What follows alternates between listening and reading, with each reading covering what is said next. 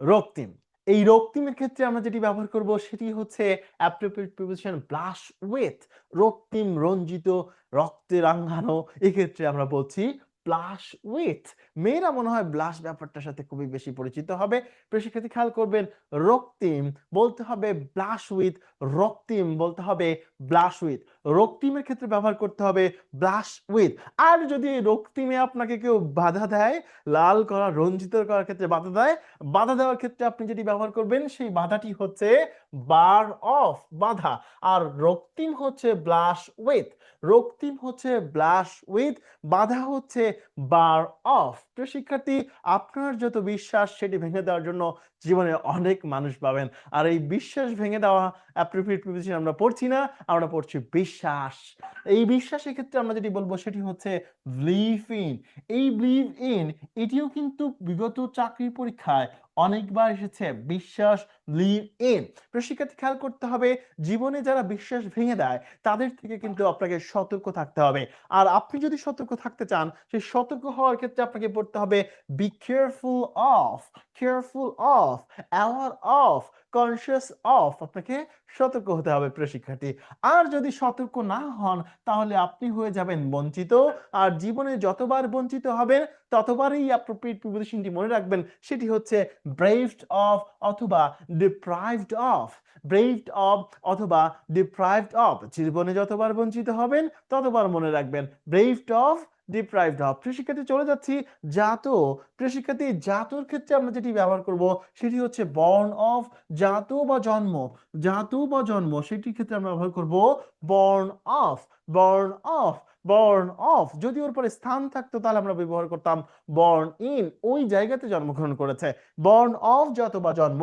প্রিয় শিক্ষার্থী, এই জন্ম নিয়ে যাদের চিন্তা হয় যে আমি এত গরিব পরিবারে জন্মগ্রহণ করলাম, মধ্যবিত্ত পরিবারে জন্মগ্রহণ করলাম, এই চিন্তা যখন আপনি করেন, সেটা না চিন্তা করে এটা চিন্তা করেন, আপনার সন্তানও কিন্তু সেম জিনিসটা চিন্তা করতে পারে।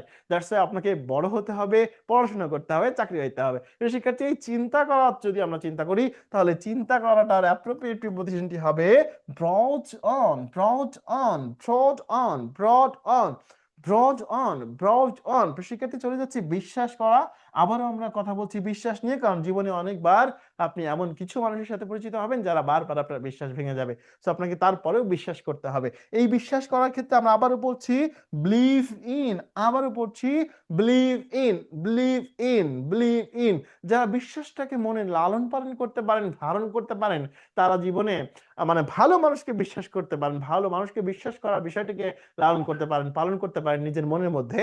আর এই লালন পালন করার ক্ষেত্রে আপনি যেটি পড়বেন সেটি হচ্ছে ব্রিং অফ, ব্রিং অফ, লালন পালন করা বা বেড়ে ওঠা, লালন পালন করা বা বেড়ে ওঠা। প্রিয় শিক্ষার্থী, ব্রিং অফ, ব্রিং অফ। আপনি যখন চাকরি পেয়ে যাবেন প্রিয় শিক্ষার্থী, তখন আপনি হয়ে যাবেন কর্মব্যস্ত। আর এই কর্মব্যস্তর অ্যাপ্রোপ্রিয়েট প্রিপোজিশন হিসেবে আপনি মনে রাখবেন কোনটি? Busy with, busy with. আর যদি উপযুক্ত যোগ্য চাকরি না পান তাহলে কিন্তু জীবনে অনেক কষ্টে থাকতে হবে। কারণ যোগ্য চাকরি যদি আপনি পান তাহলে শান্তিতে চাকরিটি করতে পারবেন, কিন্তু যোগ্য চাকরি না হলে বিষয়টি একটু কষ্টেরও হতে পারে। তো উপযুক্ত, যোগ্য, এক্ষেত্রে আপনাকে কি পড়তে হবে? Competent, competent for. উপযুক্ত বা যোগ্যর ক্ষেত্রে আপনাকে পড়তে হবে কম্পিটেন্ট ফর। শিক্ষার্থী, বিষয়টিকে আরেকবার রিভাইজ করতে চাই। খেয়াল করবেন লেখা রয়েছে রক্তিম ব্লাশ উইথ, বাধার ক্ষেত্রে পড়েছি বার অফ, এবং বিশ্বাস করতে শিখেছি, বিশ্বাসে পড়েছি বিলিভ ইন। সতর্ক হতে শিখেছি, সেখানে পড়েছি বি কেয়ারফুল অফ। বঞ্চিত হয়েছি জীবনে অনেকবার, সেক্ষেত্রে পড়েছি ব্রেভড অফ অর ডিপ্রাইভড অফ। জীবনে যদি যেখানে জন্ম হয়েছে সেই জন্মের ক্ষেত্রে আমরা বলছি বর্ন অফ। চিন্তা করেছি জীবনে অনেকবার, এই চিন্তার ক্ষেত্রে আমরা পড়েছি ব্রড ওয়ান। বিশ্বাস করার ক্ষেত্রে আমরা পড়েছি বিলিভ ইন। লালন পালন করার ক্ষেত্রে পড়েছি ব্রিং অফ। এবং জীবনে তো আমাদের কর্মব্যস্ত থাকতে হবে, আর এই কর্মব্যস্তের ক্ষেত্রে আমরা মনে রেখেছি বিজি উইথ। আর জীবনের যোগ্যতা বা যোগ্য এবং উপযুক্ত হওয়াটা খুবই গুরুত্বপূর্ণ, তাই আমরা পড়েছি কম্পিটেন্ট ফর।